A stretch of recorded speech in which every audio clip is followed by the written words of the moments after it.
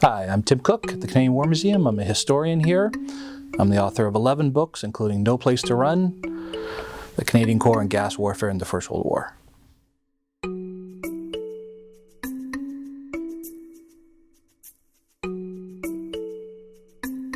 Poison gas has been used for at least 2,000 years in the form of smoke and chemicals, often against opponents who are in a siege position, but had never been very effective, and only a few times in history do we know how these chemicals actually affected opponents on the battlefield. But during the First World War, the Great War, gas warfare came into its own. And of course, it resulted from the stalemated fighting on the Western Front. This was a war that the Germans and the Allies thought would be an open war. And in fact, it was in the first months of conflict. But then the terrible firepower of modern artillery, of machine guns, of rifles, caused horrendous casualties. And the soldiers were forced to dig into the ground. Those trenches at first were ditches and then became longer trenches and then a trench system that stretched about 700 kilometers. And we know that from about late 1914, stalemate ensued. The generals on both sides were trying to figure out how they would break the stalemate. They continued to hurl the soldiers forward, but the casualties were horrendous. And the Germans began to think that perhaps they could introduce chemical weapons.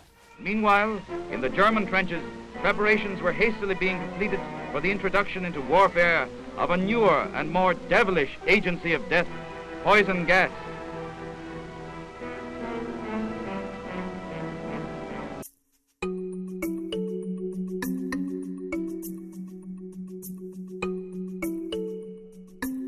The first use of chemical weapons on the Western Front in any substantive way was at the Second Battle of Ypres in April of 1915.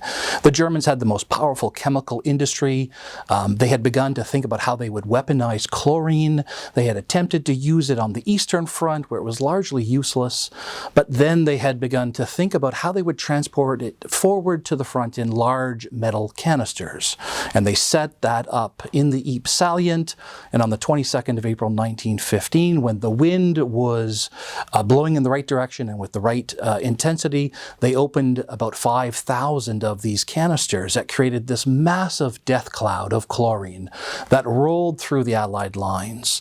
The chlorine cloud was about 6 kilometers long and about 1 kilometer deep, and it was a terrifying weapon. No one understood gas. The Allies had been warned that the Germans were thinking about using gas, but no one could really conceive of what this new weapon would be. And so when the death cloud rolled through the Allied lines, it passed through 2 French divisions to the north of the Canadians, and the French fled in panic or died on the battlefield, and it was absolutely terrifying. The Canadians received a bit of that gas at about 4 o'clock on the 22nd of April. They realized very quickly that the Germans were using chlorine gas. Officers or men with a background in chemistry understood this, but they had no protection. The Canadians held their ground, however, and even counterattacked on the 22nd and the 23rd, slowing the German advance. But then on the 24th of April, the Germans unleashed a second gas cloud, and it passed through the Canadian lines. At this point, there were still no gas masks, although officers had told their men to take a rag and to wet it with water or urine, and that helped to save some lives. But those soldiers who were in the bottom of the trenches at this point suffered the greatest. Chlorine gas is heavier than air, and as it rolled across the battlefield, these great clouds, it filled every crevice and trench, and the soldiers at the bottom, often the soldiers who were wounded, died. The Canadians continued to fight on the 24th and the 25th, and they finally pulled back from the Second Battle of Ypres. It was our trial by fire battle. There were about 6,000 Canadian casualties, and we think several hundred Canadians who were killed by gas, and many more who suffered permanent damage to their lungs. Gas! Gas! Quick, boys! An ecstasy of fumbling, fitting the clumsy helmets just in time. But someone still was yelling out and stumbling, and floundering like a man in fire or lime.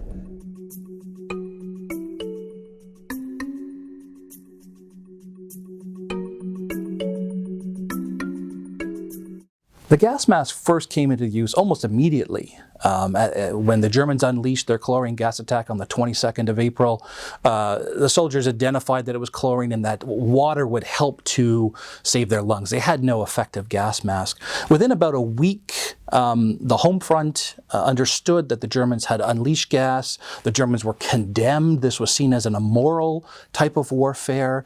The chivalry of war had long disappeared, I think, on the Western Front in the million casualties in 1914. And yet, gassing soldiers to death like they were animals or cockroaches, which was the discourse of the time, was seen as too much. And so the British people began to band together to create gas masks for the soldiers at the front. Initially, they were simply cloth devices that would be wetted and put over the mouth. They were not very effective. And then there was a series of gas masks introduced over time, various bags that would be put over the head, known as a P helmet or a pH helmet for the type of chemical that was impregnated in the bag. And it really wasn't until about the late summer of 1916 that the British and the Canadians found their best gas mask. It's known as the small box respirator, the SBR, and it is, I think, iconic from the Great War because by 1917 and 1918, gas and chemicals were used in every battle and often in the quiet periods, and all of these soldiers relied upon their respirators to save their lives.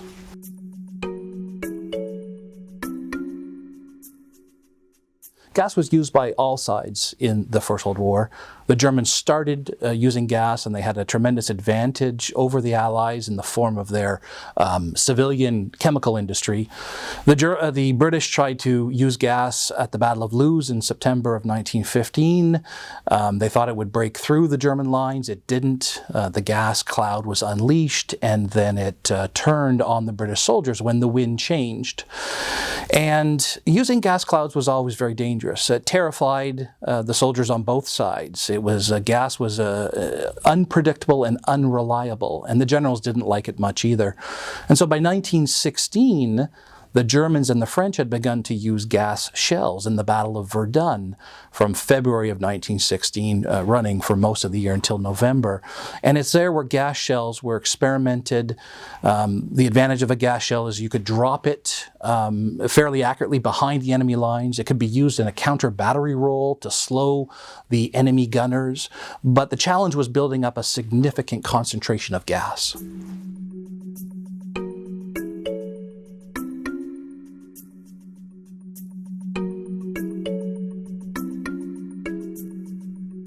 There was an evolution of weaponized gas during the First World War.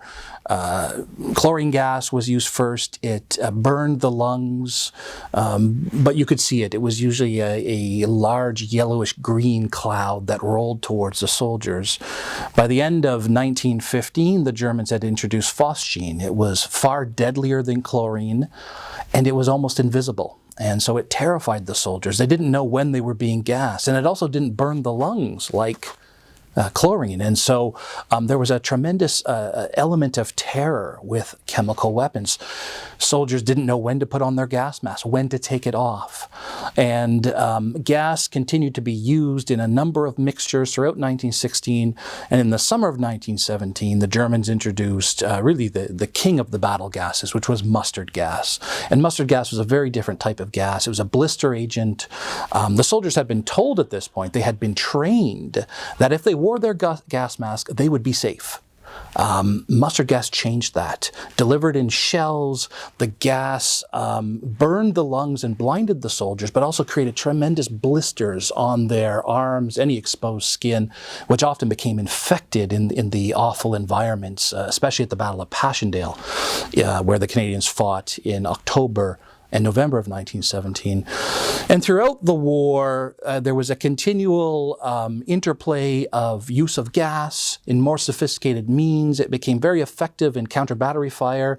So to try to stop the enemy gunners from supporting their own soldiers, it was used against the lines of communication. It was used to kill horses or at least force them to leave an area.